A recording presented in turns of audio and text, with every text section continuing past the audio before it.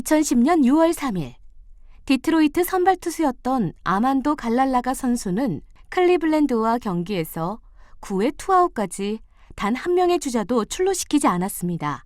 130년 메이저리그 역사상 단 20번만 기록했던 퍼펙트 게임까지 아웃 카운트 단 한 개만을 남겨둔 상황이었죠. 하지만 마지막 타자가 1루수 땅볼을 치는 순간 명백한 아웃 상황을 심판이 세이브로 판정하면서 모든 게 물거품이 됐습니다.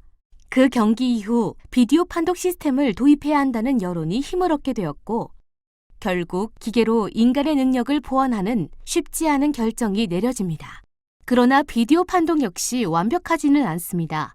결국 사람의 판단으로 결정을 내리기 때문인데요. 2019년 11월 11일 프리미어 12 대한민국 대 미국과의 본선에서도 황당한 오심 사건이 발생하죠.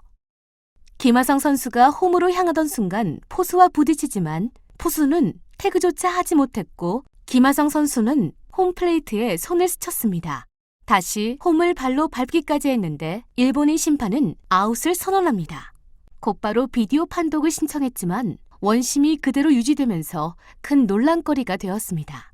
다행히 한국이 승리했지만 이 한 점으로 인해 어떤 결과가 되었을지는 아무도 모르는 일이었겠죠. 그럼 어떻게 해야 가장 공정하고 정확하게 판단을 할 수 있을까요?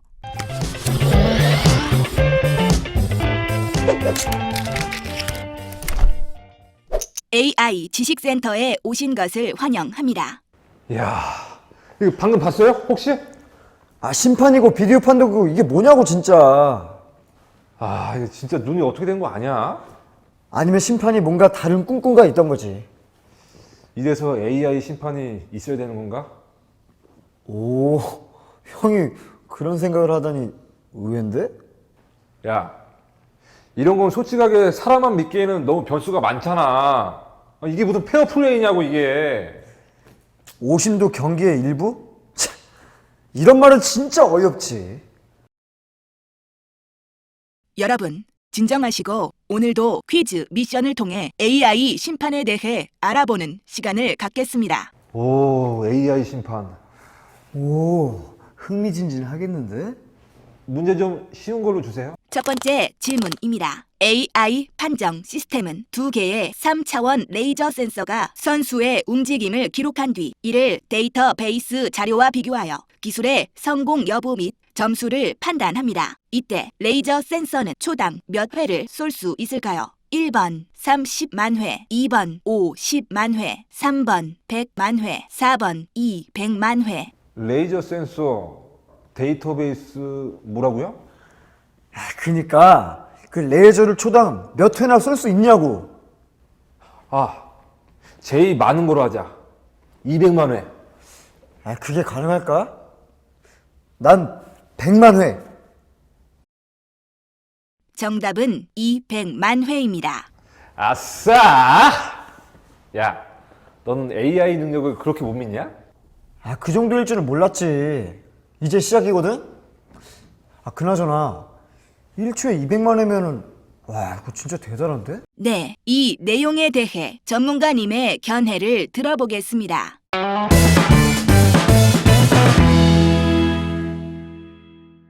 실제로 미국 야구의 독립리그의 올스타 경기에서는 AI 심판이 경기를 판정하고 합니다.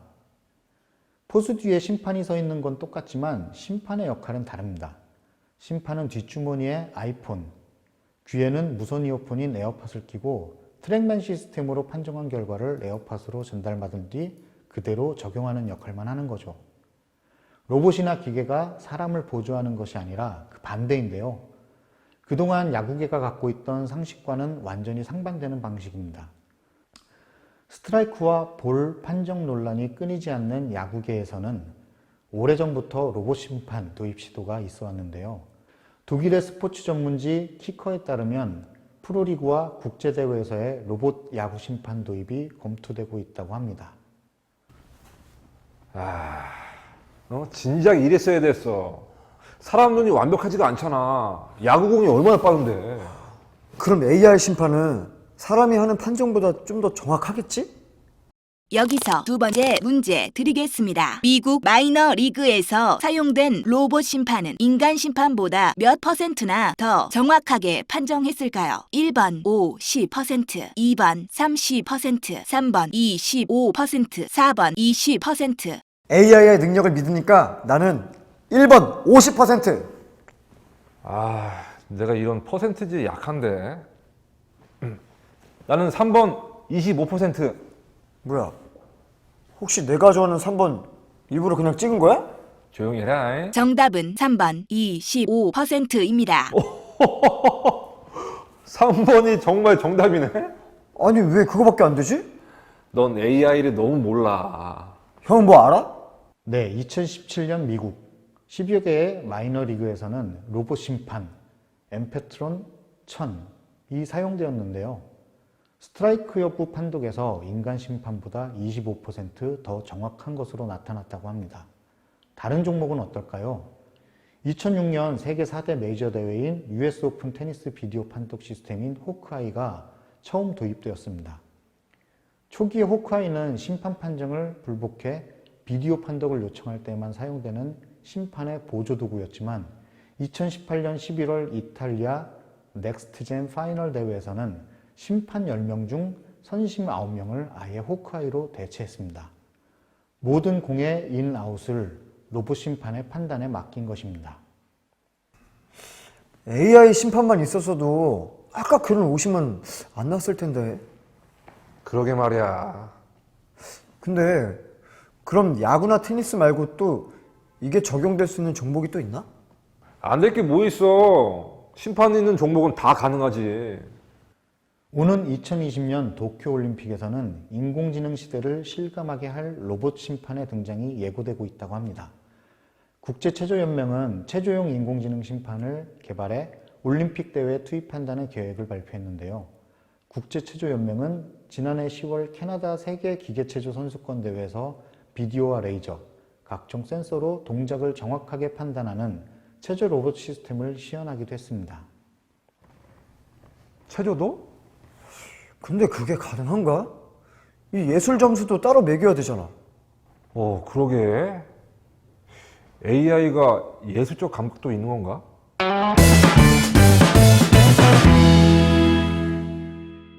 그렇죠. AI가 인간 고유의 영역을 다루고 평가하는 건 한계가 있다는 지적이 있습니다. 특히 예술성 평가와 관련해 지적이 많이 나오고 있습니다. 체조 역사상 최초로 10점 만점 연기를 펼쳤던 나디아 코메네치는 이렇게 반문했는데요. 체조는 복합성이 존재하는 스포츠다. 만약 AI 알고리즘에 없는 연기를 펼치면 어떻게 점수를 줄 건가? 또 해킹 등 사이버 보안도 해결해야 할 문제입니다. 역시 AI가 사람을 완벽하게 대체할 수 없는 영역도 있군. 이 대신 사람은 완전히 객관적이진 않잖아. 주관적인 부분이 너무 관여되는 게 문제지. 둘의 장점을 잘 합쳐야겠네. 또 해킹 등 사이버 보안도 해결해야 할 문제입니다. 국제체조연맹 회장은 인간의 장엄함, 리듬감, 감정적 요소는 여전히 평가하기 어렵기 때문에 AI 심판은 보조 역할만 할 것이라고 말했습니다. 따라서 앞으로 주심은 선심들과 협업하는 대신 로봇 심판의 정보를 기반으로 경기 상황에 적합한 최종 결정을 내리는 역할을 하게 될 가능성이 크죠. 스포츠 팬과 선수들은 기계를 보조적으로 활용하고 최종 판단은 여전히 사람에게 맡기는 것을 기대할 것이기 때문입니다. 잠깐, 그 데이터와 정보로만 처리하는 업무라면 인간을 대체할 수도 있지 않을까? 그 법률 같은? 이 녀석.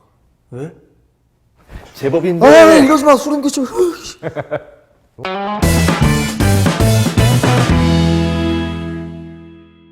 세 번째 문제 드리겠습니다. 얼마 전 우리나라 변호사와 인공지능 변호사 간의 대결이 열렸는데요. 어느 쪽이 이겼을까요? 아니, 이세도 알파고 말고 대결이 또 있었어?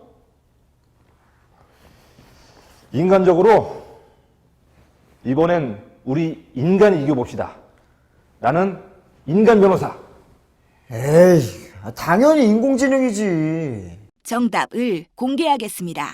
얼마 전 아시아에서 처음으로 우리나라에서 사람 변호사와 인공지능 변호사 간 대결이 열렸는데 AI 변호사가 완승을 했습니다. 경진대회 문제는 근로계약서를 자문하는 것으로 연봉 2천만 원을 받는 19살 남자가 회사와 9년간 근로계약을 맺는 상황을 가정하여 사람 변호사와 AI 변호사가 자문한 근로계약서를 비교해 순위를 가렸습니다. AI와 팀을 이룬 3명 중 2명은 변호사였고 1명은 물리학을 전공한 일반인이었습니다. 이번엔 내가 이겼다! 그래봤자 2대1이야. 에이. AI 변호사는 사람 변호사와 다른 방식으로 정보 처리를 했다고 하는데요. 사람 변호사는 근로계약서 자문을 할 때 네이버와 구글 등을 검색할 수 있었고 AI 변호사는 검색을 못하고 AI 시스템 CIA만 활용했다고 합니다. CIA는 컴퓨터가 판결문 등 외부 데이터를 분석해 스스로 성장하는 딥러닝 방식을 채택한 계약법 전문 AI 변호사였습니다. 머지않아 재판장에 AI가 변호사로 나올 수 있겠네. 벌써 변호사로 활동하는 AI가 있다는데? 진짜? 뭐 월급도 받는 거야? 네, 실제로 한국의 첫 인공지능 변호사가 지난 2월 대형 법무법인에 취직했다고 합니다. 변호사만 150명인 국내 10위권 로펌인 D사의 AI 변호사 유렉스 얘기입니다. 로펌 측에 따르면 이전에는 판례 확보는커녕 해당 사건과 관련 있는 정확한 법률 용어가 무엇인지 그리고 이와 관련한 법률이 어떤 게 있는지 파악하는 것만으로도 꽤 오랜 시간이 걸렸는데 AI 변호사와의 협업으로 수십 초면 끝난다고 합니다. 유렉스가 일상적 언어를 법률 용어로 바꾼 후 기존에 학습한 수십만 건의 법령과 판례 등을 빠르게 검색해 중요도 순위로 정리해서 보여주기 때문입니다. 이렇게 인공지능이 법률 자문 역할을 하는 기술을 리걸 테크라고 합니다. 오! 법알못인 나도 리걸 테크만 있으면 앉은 자리에서 자문을 구할 수 있다. 이거잖아! 와, 이거 우리 같은 사람한테도 완전 유용하겠네. D로펌의 리걸 프린티어 팀의 한 변호사는 유렉스를 활용해 보니 정확성과 시간 효율성 면에서 압도적이라고 말했습니다. 입찰 서류를 허위로 제출한 업체의 입찰 참여 여부에 관한 사건에 대해 2, 3일 작업하고도 놓친 게 있었는데 유렉스는 검색과 거의 동시에 부정당 업자 입찰 참가 제한이라는 법률 용어로 내가 빠뜨린 건설산업기본법까지 바로 찾아내더라는 것이죠. AI 전문가들은 사람과 AI 변호사 간 대결이라는 흥미성 행사보다 AI와 사람이 어떻게 협업할지를 더 고민해야 한다고 조언했습니다.